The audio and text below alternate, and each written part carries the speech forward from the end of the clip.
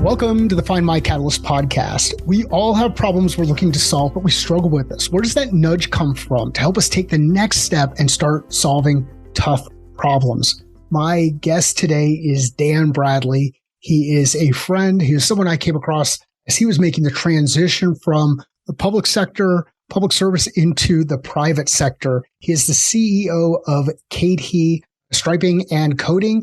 And as always, this podcast is brought to you by the Catalyst Sale Game Plan. If you struggle with goal setting and execution, if you are looking for a way to build out that system to help you get better at accomplishing the things that you're working on through clarity and focus, check out the game plan. Let's get to the conversation.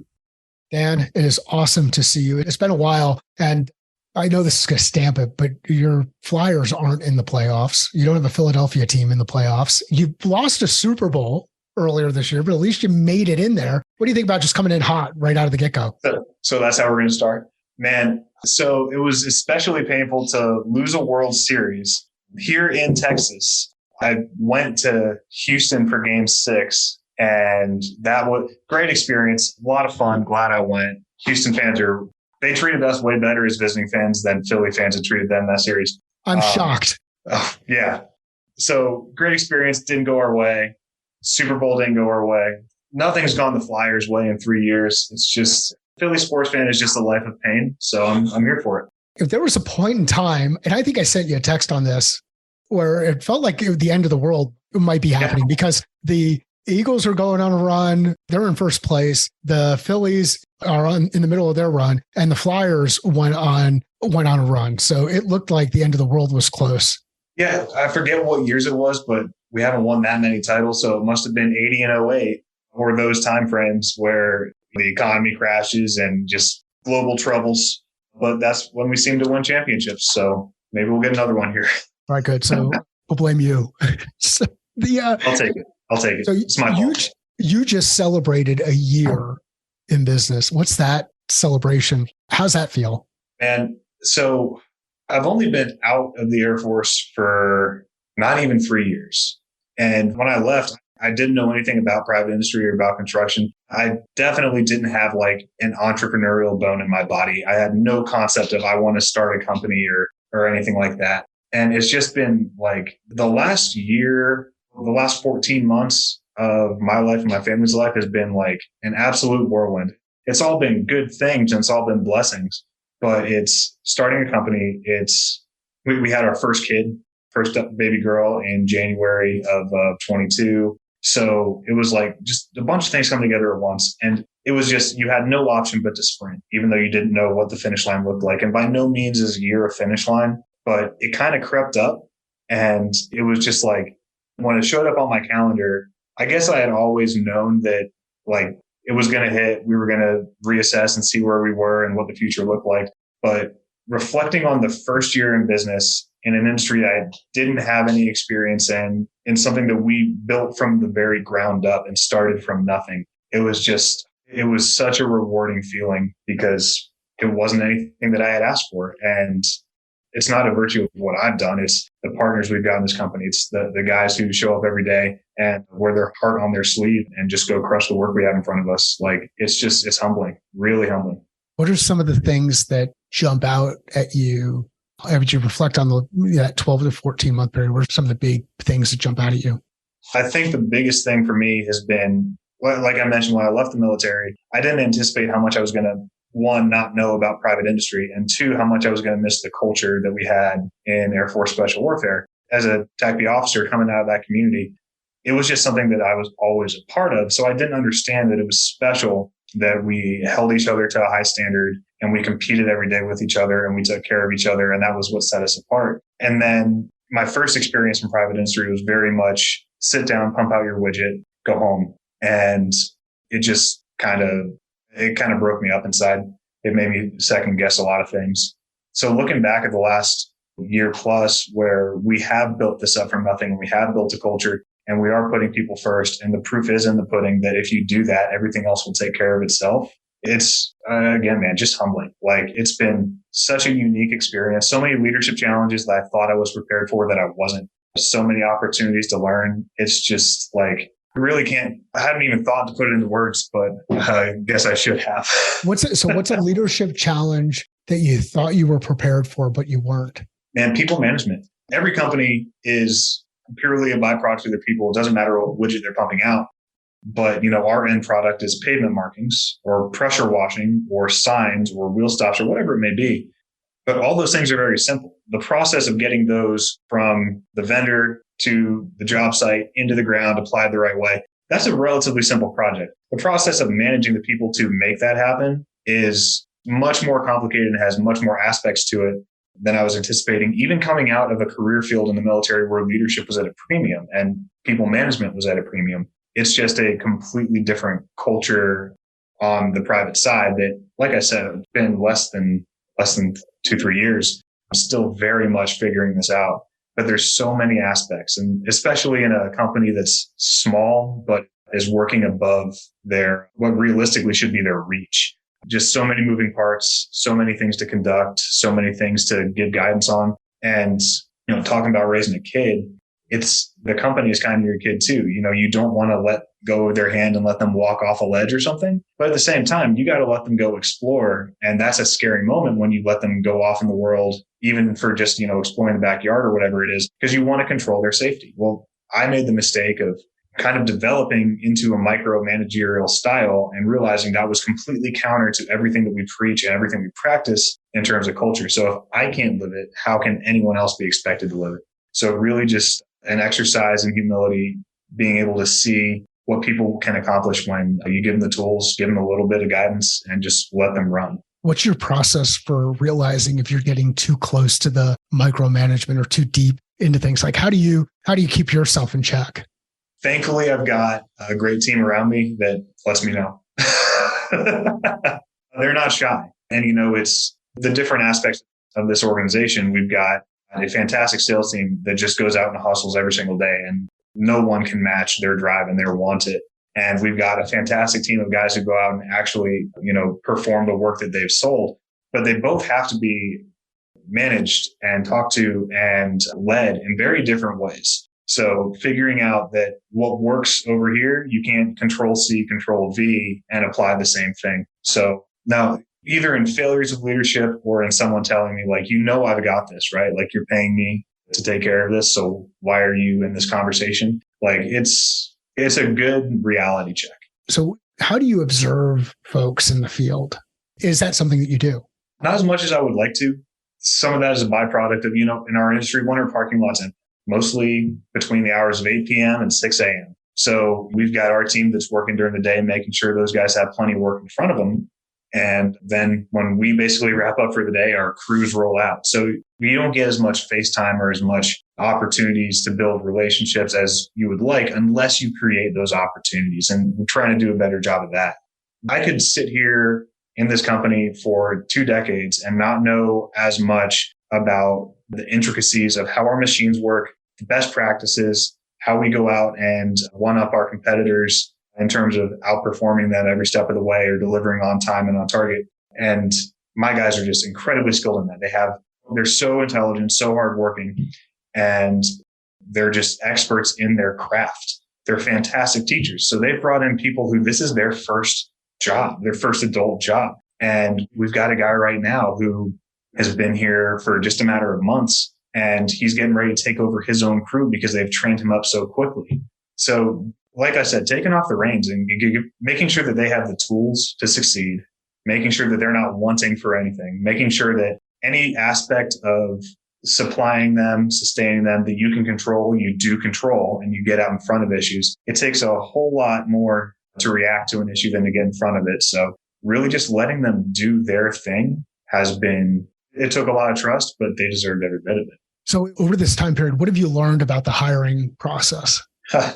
Man, great teams are hard to build and great people are hard to find. I'll say that when we started, it was a 2-person company. It was me running anything that happens on the computer or on the phone, and our director of operations, Brian, running anything that took place in the field. So we would sell a job. I would hand it to him and be like, here's what we're doing tomorrow. And it was very much okay, so we've got a job that'll take us 2 days, but then what? So I was constantly sprinting. He was constantly sprinting. As we grew and developed, and sold jobs that were, out of reach of what he and I could handle alone.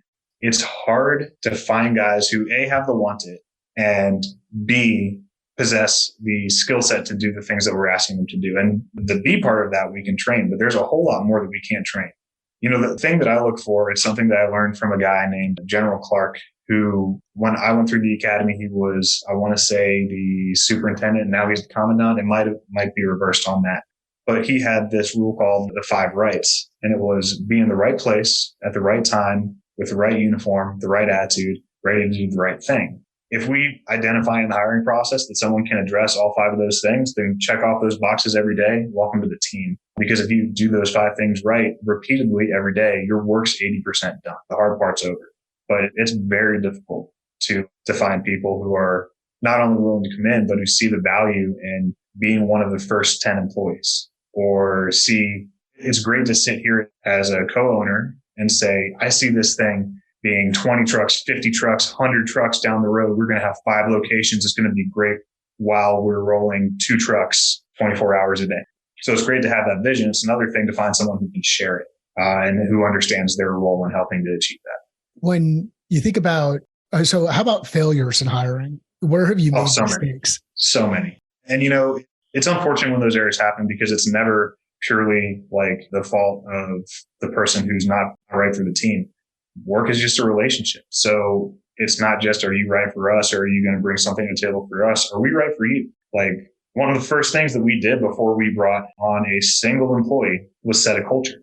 We set our core values. We set our vision. We set our mission. And we don't adjust those to meet the team at any time. The team needs to meet those. So there are those unfortunate circumstances where people might not be the fit that you thought they were, or you might not be the company that you're trying to be, and they call you out on that. The biggest thing that we try to do is make sure on, whether it's through quarterly feedback, whether it's through on the spot conversations, whether it's through, like you said, going out to the job site and being face to face with the guys where they don't expect you to be, just making sure we have a pulse on what we're doing and why we're doing it and where we can improve.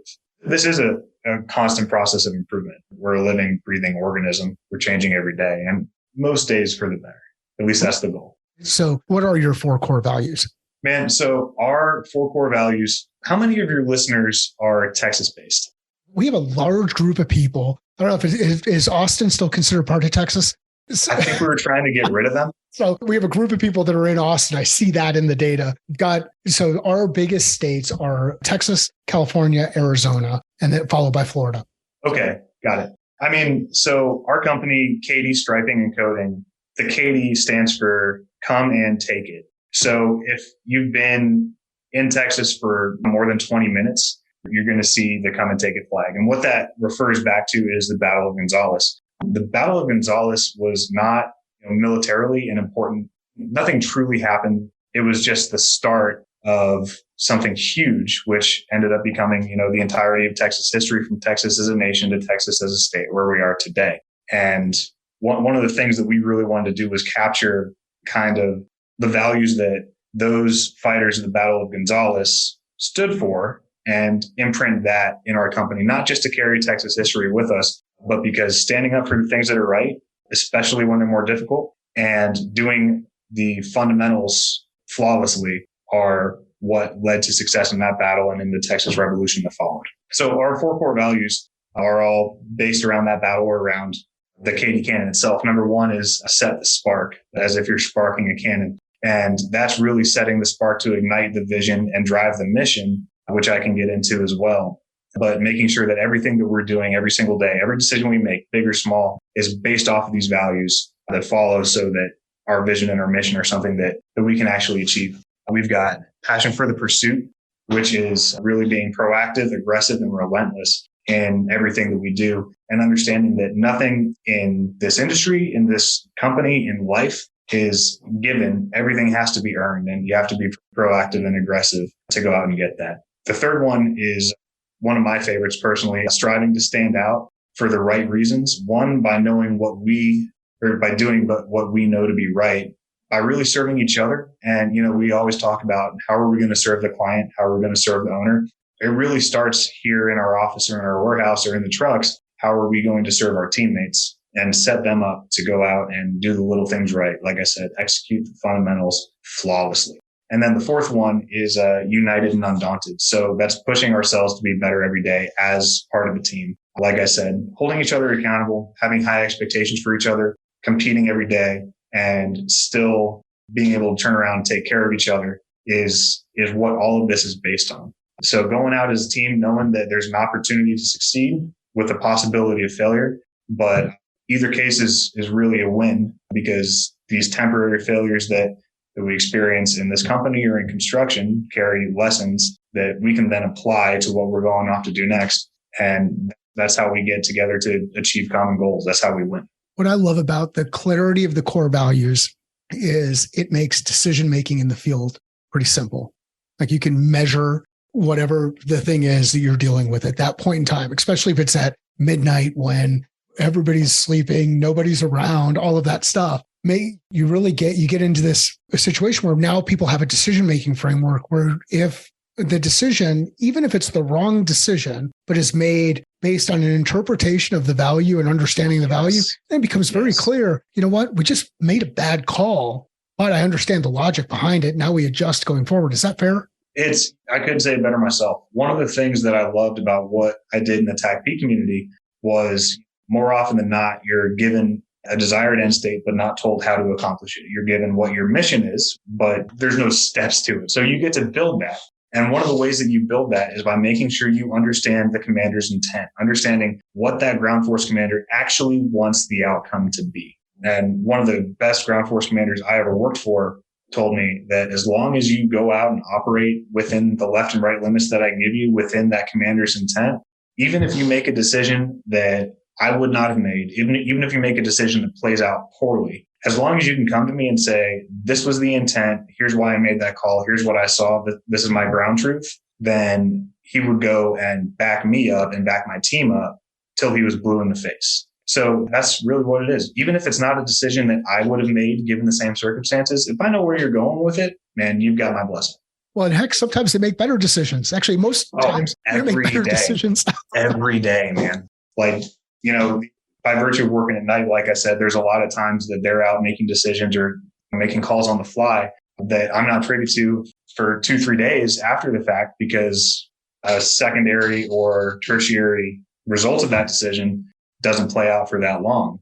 And more often than not, I'm like, man, you made the exact right call. Like, power to you. And that's how you build trust, because you trust them to go out and make those decisions. And even if they don't make the right ones off the bat, they're going to get to a point, they're going to learn and improve and better understand the values because of the feedback you give them. On the flip side, watching them grow and improve and learn and put the values to practice so that they're not just something plastered on a piece of paper or on the wall, that makes it so much easier for me to step back and say, I know my crew leaders got this. There's not a circumstance that could happen where they're going to make a decision that doesn't align with the values. It is. The thing that comes to mind as you're working through this is the impact it has on building a culture by design inside an organization.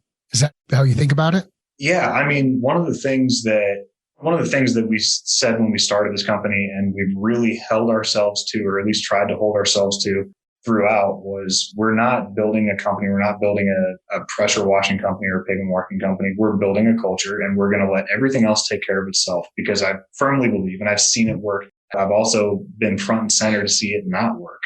That if you build a culture, you hold guys to that, and you let them go run, everything else is going to be fine. The revenue is going to take care of itself. If I've got guys on my sales team who are killers, even if they're not the best salesmen, even if they're not, they don't understand some of the certain aspects of sales that a more experienced or seasoned salesman would understand, they're still going to be able to go and close deals, and they're still going to be able to generate work for us, because they know that I've got their back and the rest of the team's got their. It's build a culture, let everybody run, and just see what they can accomplish. Like I said, I've been very close to organizations where it was the exact opposite. Someone who had that mentality leaves the organization, or just leadership changes in general. The values fall by the wayside, And it's just fascinating to see that so does sales, so does revenue, so does your ability to go out and perform, so does the quality of your performance. And it's all because people don't feel like they're valued. It's really hard to create alignment in an organization if we're not aligned on values and our people aren't aligned there. So why do you think people struggle with creating clarity around values? I'm going to think of a right way to say this. Hey, be direct, man. If Dan goes off and starts cursing and swearing, which is not Dan's style, at least not that I've ever seen, then plug your ears. You should watch me during a Phillies game, because most of it's BS. Like Google Enron's core values.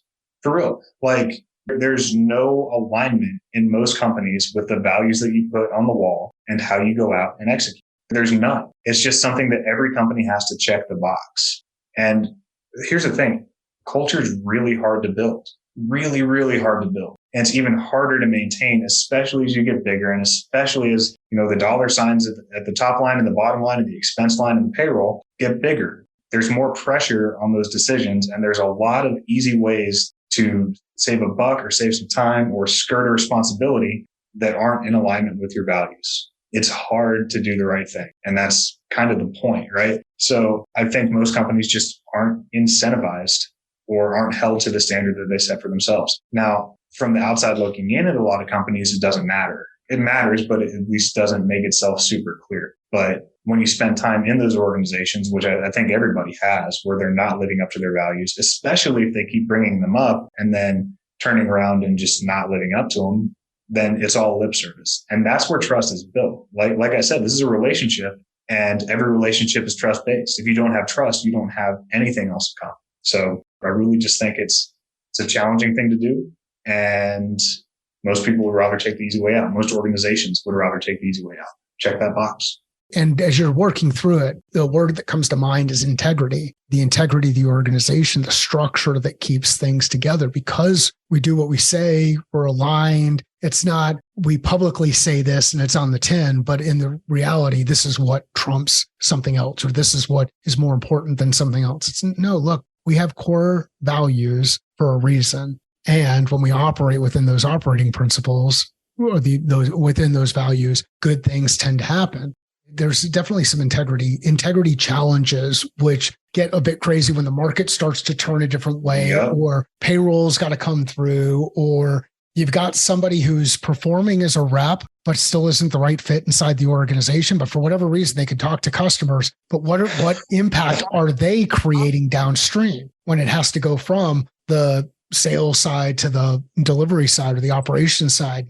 Now we're making a commitment that doesn't align with what our actual capabilities are. How much stress are you creating inside the organization? And when do you think that stress creates weakness and everything starts to fall? Oh, I mean, internal fractures are a thing, right? So it's not lost on me that at our company, we've got guys who spend all day in a truck together or all day on a job site together, and they know each other really, really well. They've got a lot of trust for each other. I'm sure that they spend a whole lot of time talking about we did or did not keep our word on this. And by we, I mean me personally. Right. We did or did not do what we said we were going to do. And that either makes them very happy or very frustrated. And you can only have so many of those very frustrated conversations, because I don't know if you've spent too much time around construction, but it's a frustrating industry at times. I like to say construction is just errors piled on top of errors until you get a certificate of occupancy. But things go wrong on job sites all the time. And when they do my guys on the job site actually believe that our values are real, and that when they come to me with bad news or they come to me with a problem, that I'm going to respond to them in alignment with the values on our wall, the same way that I would expect them to respond to me in alignment with their values on the wall. When those fractures start forming, they spread quickly. Like I said, people talk. You really have to, when it happens, you have to nip that in the bud. But by nipping it in the bud, you're not going out and trying to stop those conversations. You're saying, take a moment to reflect, what are we doing internally that led to this, and how do we change it? Where's the opportunity to grow? Like, those are healthy conversations. Well, where's the opportunity to grow in an industry where the bar is pretty regularly low? I mean, and like I said, my experience in private industry in general is extremely limited. My experience in construction is extremely limited, but I've seen enough of it to know that the bar is unreasonably low more often than it should be. If we can just beat that bar by 1 or 2%, that's an opportunity. That's a competitive advantage. And when you actually do the things that you say you're going to do, when you actually treat people the way that you say you're going to treat them, word spreads quick. So we've had opportunities to bring on some very experienced operators from some of our competitors because the word spread about how we managed our teams. We've had opportunities to get jobs that some of our competitors probably felt they had the inside track on because the contractors understood that we're the guys who are going to pick up the phone. Neither of those two things are difficult to do, like from an operating perspective. But there's a whole lot of companies that we're up against that don't do the little things right. What an opportunity.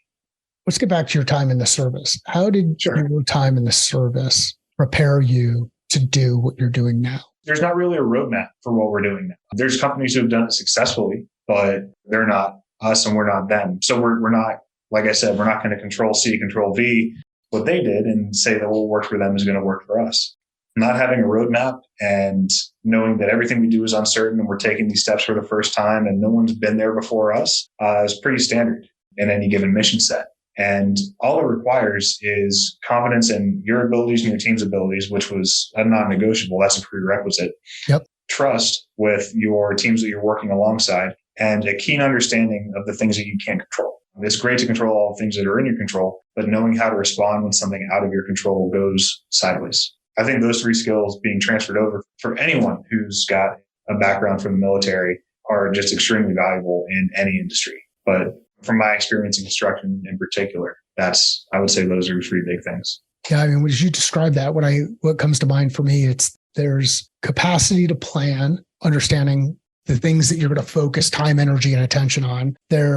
So that's going to be more of the critical thinking. And then there's a capacity to iterate and change based on how things change around you. So there's going to be some kind of flexibility that needs to be applied. And then there's the trust that everybody that's out there doing their thing will continue to keep doing their thing and will communicate updates as things change. Is that fair? Yeah, absolutely. And, one of the things when I was going through sales coaching with you, Mike, one of the things that I noticed off the bat was this is not some overcomplicated, convoluted sales plan or sales coach. It was very much like, how simple can we make this? And then if we want to add layers of complexity, add them very cautiously as we scale up on our sales capacity or on our sales plan. And that's really what it is. The simplest plan wins. Plan doesn't have to be sexy. What we're doing for our scope certainly isn't. So let's keep it as simple as possible and just go out and execute. If everyone understands their little piece of the puzzle, it's a whole lot easier to put together a 4-piece puzzle than a 400-piece puzzle. Why do people in organizations get trapped watching what everybody else is doing and sharing judgment on? I mean, well, tell me, have you ever experienced this where someone is paying more attention to what the work that you're doing than the work that they're doing, and they've got an opinion or perspective on how that could be done better? Yeah, man. I mean, I've been on both sides of that coin. I'm guilty of it. Why do we fall into that trap? It's ego. Most problems are ego problems.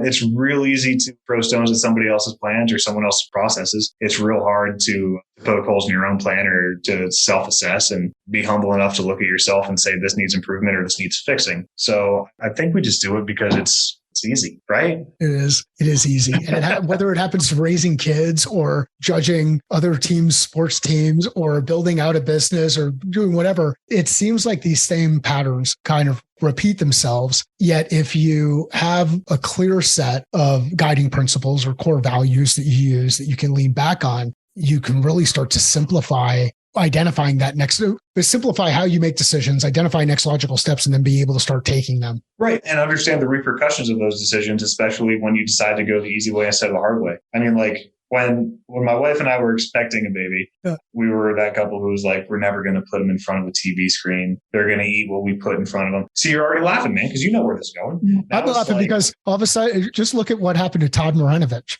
When Marv Marinovich put him on that path, he wasn't allowed to eat a Big Mac he lived where In-N-Out Burger was just down the street and couldn't eat fast food for years. So, and if anybody wants to know the rest of that story, just do a search for Todd and Marv Marinovich And I think there was an ESPN 30 for 30, but yeah, hey, good luck with that. So you said no TV. They're probably going to have the most amazing diet. Yeah. And I bet they're probably getting into like PT before they even walk.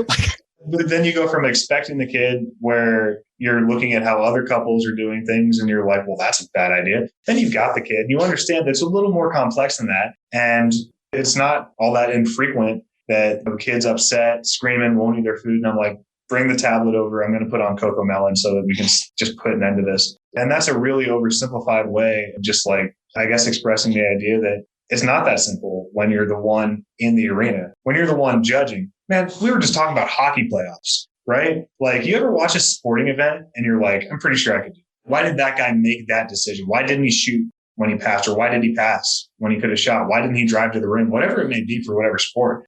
Well, because he's seeing things a little differently from you and his job's pretty tough. So real easy to sit back and make judgment. Real difficult to be the one executing. Also real easy to play Monday morning quarterback. It is. Hey, speaking of quarterbacks, my team's got a new quarterback. Did you hear the news? Is this Rodgers? Aaron Rodgers. Look at that. It happened? It's happened yesterday. They overpaid, I think. For everybody who wants to tune out of the football talk, here we go. We're going to go about 60 seconds. But they gave up a first round swap, 13 to 15, Packers swap, gave up a number 2 in the draft later this week. And the worst one, I think, is a conditional first round pick, 2 that becomes a 1 if Rodgers plays 65 snaps. And I don't think there's any way that he doesn't play, not 65%. Sorry, 65%. So that would have been even worse. 65%. 65%, that's a low bar. That's a really, really low bar. So the Jets have a quarterback. We'll see what can happen. I think we overpaid, but we timestamp it. If we're having a conversation around playing a game in February, that would be pretty cool. Yeah. If you're in win now mode, there really isn't any overpaying. You just got to go. You got to go. I've not seen the Jets in win now mode, so we'll see. But I've had my heart broken so many times. Yeah, like that's the first like big name quarterback they've had, like established quarterback they've had since back in the Mark Sanchez days, right? When they were playing for the AFC Championship. Yeah, but I wouldn't even call him a big name quarterback. I think when we had a serviceable quarterback at that point in time. And granted, so Sanchez went to a school not too far where Marinovich went to school. He went to Mission Viejo. Marinovich went to San Clemente. I grew up in Laguna Hills. I went to high school out there. So these are schools that are all kind of in that same area. We weren't at the same level as those other schools. But Mark Sanchez, as excited as we were about him being the Sanchez, it never panned out. And unfortunately, things didn't work out. But there we go. They're the Jets. So, Dan, we were fortunate enough to meet through some mutual friends. The specific person is Mike Sorelli and what he was doing with back then EF Overwatch and ultimately where things are with the Talent War Group. And we came together. Has it been 2 years? Close to it, yeah. So 2.5 years we met. How did your perspective of sales change from the point when you started to get into this arena versus where you are now? Yeah, I mean, I stepped into a sales director role in commercial HVAC, knowing nothing about sales or commercial HVAC, which was a unique position to be in. And believe me, I studied my butt off, did all the reading I could, talked to everyone who would pick up the phone just to understand more and more about sales. But you don't get it till you're in it, right? That's where the lessons are learned. And the lesson that I learned is this takes a very specific type of person and a very specific personality, and I might not be it. One of the things that I don't think I did a good job on when I was at my previous role was taking the time to go out and build relationships, taking the time to get out from behind the desk, get in front of people and help them to understand who the guy is on the other side of that email chain, who the guy is that's trying to bring creative solutions to this. One of the big things I learned from you is, really understanding someone's pain point and figuring out what that customer needs or what that client needs that's going to solve a very specific problem using it as your end. Now, one of the things that I've done here at CATI, aside from putting someone else in a position to sell, because there's no comparison. They are so much better at it than I ever was. But really trying to get them to build relationships so that when the phone rings, it's not, God, Dan's calling. Like, I don't want to have this conversation. I'm going to act like I'm out to lunch or whatever it is. Send it to voicemail. Building relationships and letting the sales come through the relationships rather than letting the relationship come after the sale. That takes a whole lot of patience, but man, some of the biggest clients we work with are guys that we personally never pitched. We just talked with them, had conversations, told them about what we offered, but never really even got to the ask before they said, how about you come do that with us? There's nothing in sales that, personally, for me, there's nothing in sales that beats a relationship. I'm actually really proud of the fact that I don't think we've ever won a single contract based on price alone. And I really don't want to be that. I don't want to be that company that does, because that means that we're leaving resources on the table and we're just those guys who go out and do the bare minimum. And in construction, like in most industries, there's a lot of that. There's, how are we going to make this contract worded so that we're not held accountable for X, Y, or Z, so that we can cut these corners? But man, just like we talked about earlier, things go wrong.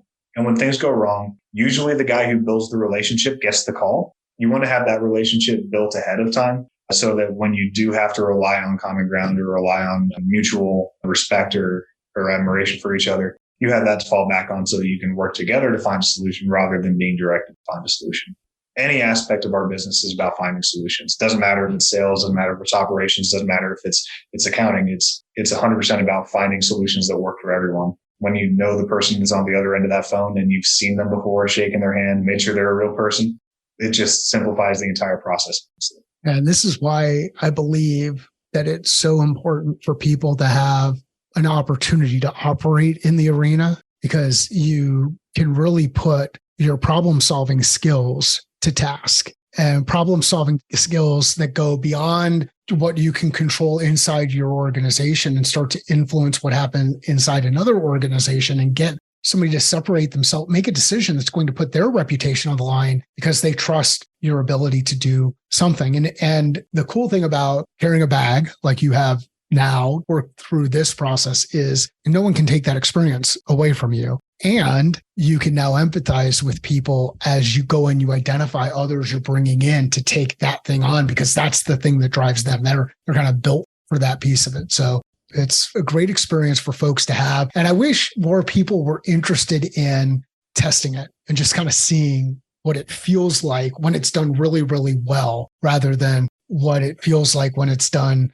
through all the tricks and tactics and all that other kind of stuff that can be really manipulative, that are out there that we know will work once, but rarely will work time. Man, I'm not sure there's a better feeling than closing a deal and going out and executing it when you know you did everything every step of the way, above board, the right way, and built respect on it. Like, I don't think there's any better feeling in your professional life than that. So yeah, getting that experience, I'm glad I had it. I'm glad I know that it's not necessarily my strong suit. And that just helps me not only understand what my sales guys are going through, but try to find ways to support them. More often than not, the way to support them is to just sit back, be a little patient. But man, just my only job is to remove impediments so that other people can go crush their day. And if our sales guys aren't doing that, then nobody else gets to you. So I'm glad I know about it. I'm glad I got to learn from you. I'm glad I had the experience. I'm also glad I'm doing what I'm doing now. So for those who are getting into their first leadership role, or even have been leaders for a long period of time and are still in the process of figuring this out, say that again around impediments. Yeah, the only role is to get all those impediments out of the way. Here's the thing. I want my sales guys to sell, and I want my ops guys to operate. And I want our team to do that in conjunction with each other. If our sales team is doing anything but selling, not only are they probably not super thrilled with what they're doing because it's not their strong suit and it's not what they get out of bed every day for, but they understand keenly that time they're spending is taking away from their cut. Like, if you're not selling, then you're not having opportunities to go out and make more commissions and earn better pay and just build your customer base. Nor do you have an opportunity to service the customers you already have and maintain those relationships. So why would you pile administrative BS on top of the already full day that they have? Same goes for the ops side. If their job is to put paint on the ground accurately, precisely, and in a beautiful way, then why would I limit their access to the tools to do so? Why would I ask them to do other things? It doesn't make any sense. And, we were a small company. We're still a small company, but we were real small for a while. You're talking, count everybody on one hand, including me. So we all had to wear a bunch of different hats. We all had to bounce in and out of different roles. And that's not sustainable. That's not something that you can go out and do for years or even months without somebody burning out. I've never had a sales guy get burnt out of selling, but I've had him get burnt out of other things that are not his job that he's being asked to do. So just get those roadblocks out of the way and let people run. Get the roadblocks out of the way, let people run. And it's amazing what can happen when they're out of the way, the number of people that you can serve as you go through it. It's awesome. And this conversation has been amazing. Thanks for having it. Where can people find out more about what you're working on and connect with you directly? Yeah, absolutely. So our website is catistriping.com, CATI striping.com. You can reach me. I'm on LinkedIn. I'm pretty sure that's all I'm on. But email address is dbradley@catistriping.com. Feel free to reach out. Happy to carry on any further conversations and get to know more people that think this way. That's what it's all about. Well, you got to get on Twitter so you could see both golf pictures and the hockey stuff and football stuff and some of this other stuff that gets out there. I can't afford the blue check. Oh yeah, hey, I haven't done the blue check one yet. We'll see. It's we'll see. So if you know of somebody who would enjoy this conversation, please share it with them. Let Dan and I know via LinkedIn. We'll both respond to that when you send the messages there. Sales is a thinking process. Business is a thinking process. Life is a thinking process. How are you thinking differently about your process?